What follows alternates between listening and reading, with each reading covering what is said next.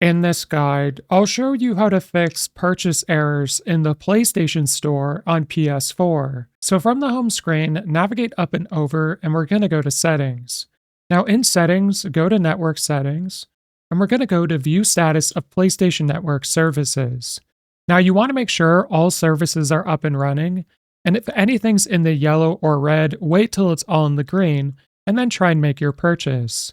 Now, if that's not an issue, what we're going to do is go to Account Management and then Account Information. So from here, we're going to go to the third option.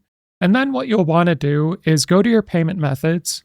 And if you have a credit card or debit card or PayPal account, what I recommend you do is remove it and then re-enter in your information and then go to the PlayStation Store and try and make a purchase. Now, if all else fails, the best thing you can do is purchase a physical PlayStation gift card or get a digital code, and then scroll down to the bottom in the PlayStation Store, and you want to redeem that code so the funds are added to your PlayStation Network account wallet, and in my experience, I've never gotten an error doing this method. If this guide was helpful, like and subscribe, and we'll see you in the next one.